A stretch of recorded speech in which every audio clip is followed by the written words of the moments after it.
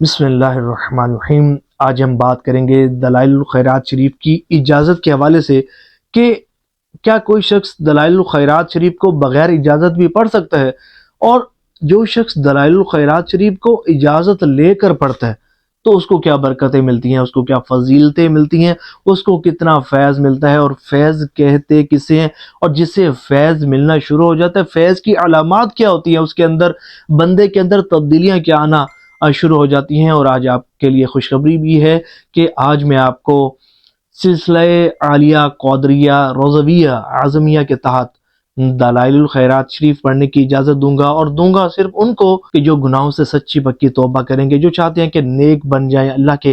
برگزیدہ اور عبادت گزار بندے بن جائیں، اور اللہ اور اس کے رسول صلی اللہ علیہ وآلہ وسلم کا انہیں قرب خاص بھی نصیب ہو، ان کی زندگی سنورنا شروع ہو جائے، تقوی پرہیزگاری ان کے اندر آنا شروع ہو جائے، گناہوں سے سچی پکی نفرت ان کے دل میں پیدا ہو جائے، اور وہ اللہ کے مقرب بندے بننا شروع ہو جائیں، اور حضور صلی اللہ علیہ وآلہ وسلم کی توجہ اور قرب خاص انہیں نصیب ہونا شروع ہو جائے۔ تو توجہ کے ساتھ سنیے گا، اللہ نے چاہا تو بہت زیادہ فائدہ ہوگا۔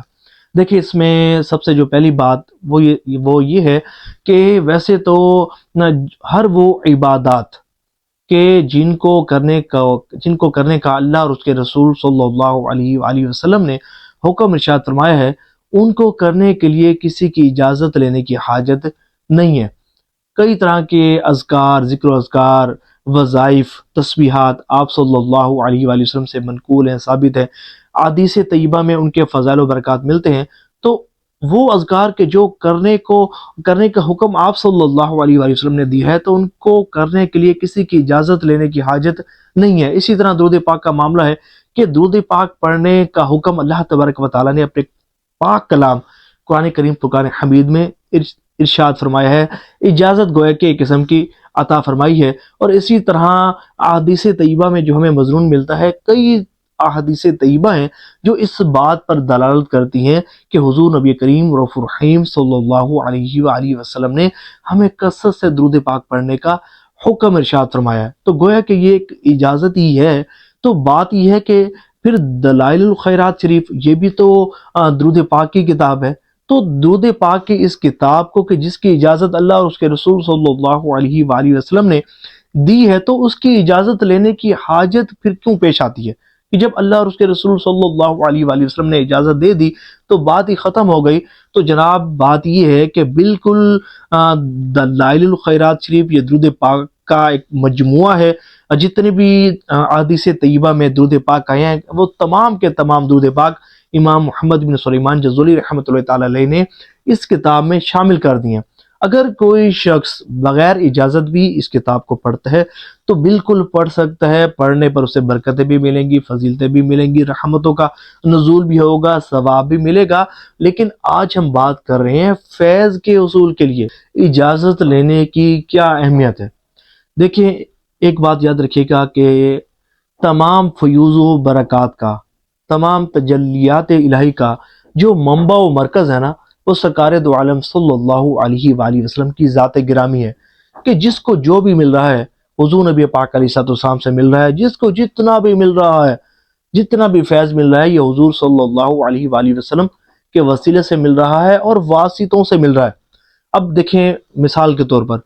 حضور نبی پاک علیہ السلام کے مقدس بارگاہ میں بیٹھنے والے، حضور سے فیض حاصل کرنے والے صحابی کہلائے۔ تو صحابہ کی بارگاہ میں بیٹھنے والے، ان سے فیض حاصل کرنے والے تابعی کہلائے۔ تو اس طرح یہ سلسلہ جو ہے وہ چل نکلتا ہے۔ اصل میں فیض اس کو کہتے ہیں کہ جب آپ کو فیض ملنا شروع ہو جاتا ہے تو آپ کے اندر پازیٹیو چینجنگز آنا شروع ہو جاتی ہیں، مثبت تبدیلیاں آنا شروع ہو جاتی ہیں۔ پہلے آپ نماز نہیں پڑھتے تھے، نماز پڑھنا شروع کر دیتے ہیں۔ پہلے اگر آپ کی زندگی گناہوں میں گزرتی تھی تو آپ گناہوں سے توبہ کر دیتے ہیں۔ پہلے آپ کا عبادات میں دل نہیں لگتا تھا، اب آپ عبادات کی طرف راغب ہونا شروع ہو جاتے ہیں، عبادات کی کثرت کرنا شروع کر دیتے ہیں۔ پہلے آپ اللہ کو ناراض کرنے والے کام کیا کرتے تھے، لیکن آپ تمام گناہوں سے توبہ کرتے ہیں، اور آپ کے اندر یہ جو تبدیلیاں آ رہی ہیں نا، تو در حقیقت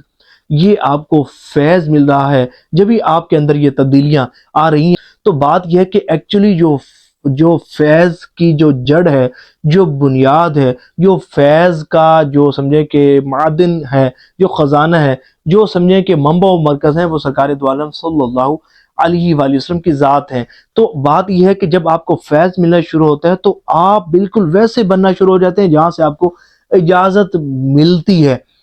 اب ظاہر ہے کہ سرکار علیہ الصلوۃ والسلام تو نیکیوں کے حریص، کثرت سے عبادات کرنے والے، کثرت سے ذکر اللہ کرنے والے، گناہوں سے بچنے والے، ہمیشہ اللہ کا ذکر کرنے والے، اللہ کو راضی کرنے والے۔ تو ظاہر ہے کہ جب آپ کو دلائل الخیرات شریف کی اجازت ملتی ہے، اب یہ ملتی ہے مختلف واسطوں سے کہ ان کو انہوں نے دی، ان کو انہوں نے دی، تو اس طرح وہ بزرگان دین رحمہم اللہ المبین کہ جنہوں نے اللہ کی عبادت کی، جنہوں نے اللہ کو راضی کیا، اللہ کی عبادت کر کے اس کے قرب کے حقدار بنے،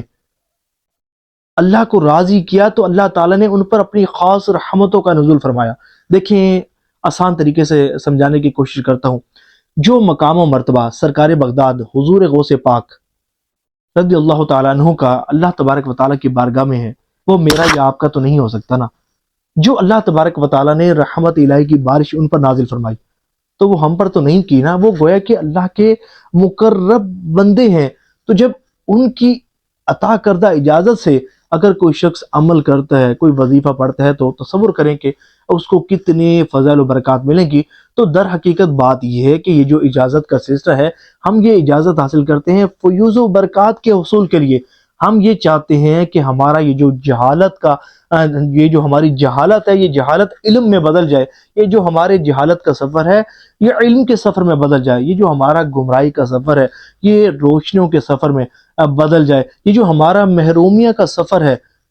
یہ عطاؤں کے سفر میں بدل جائے۔ ہم یہ چاہتے ہیں کہ ہمارا یہ جو بدعمالیوں کا، سیاکاریوں کا، یہ گناہوں کا یہ جو سفر ہے یہ تھم جائے، یہ رک جائے، اور ہمارا جو ہے وہ آخرت سنوارنے والا سفر شروع ہو جائے، نیکیوں کی طرف بڑھنے والا سفر شروع ہو جائے، ہم بھی نیک بن جائیں، ہمارے اندر بھی سمجھے کہ وہ فیض و برکات آنا شروع ہو جائیں، ہمیں وہ فیض ملنا شروع ہو جائے کہ جو اللہ تبارک و تعالیٰ کے برگزیدہ، چنے ہوئے اور مقبول بارگاہ بندوں کو ملا۔ اور وہ ملا کن کے واسطے، کن کے وسیلے سے، کن کے صدقے ملا؟ تو سرکار دو عالم صلی اللہ علیہ وآلہ وسلم